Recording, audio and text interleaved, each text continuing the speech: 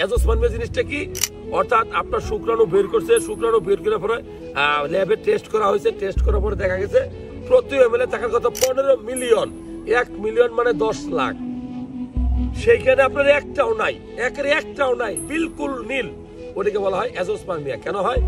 হয় আপনার অন্ডকোষ তৈরি করতে পারে না, এটাকে বলে নন অবস্ট্রাকটিভ অ্যাজোস্পার্মিয়া।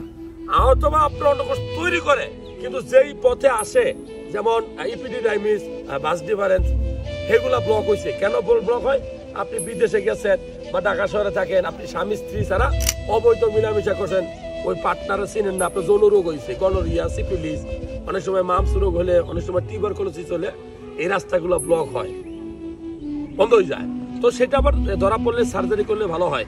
তবে অ্যাজোস্পার্মিয়া হলে কিন্তু বাবা হওয়াটা এত সহজ না।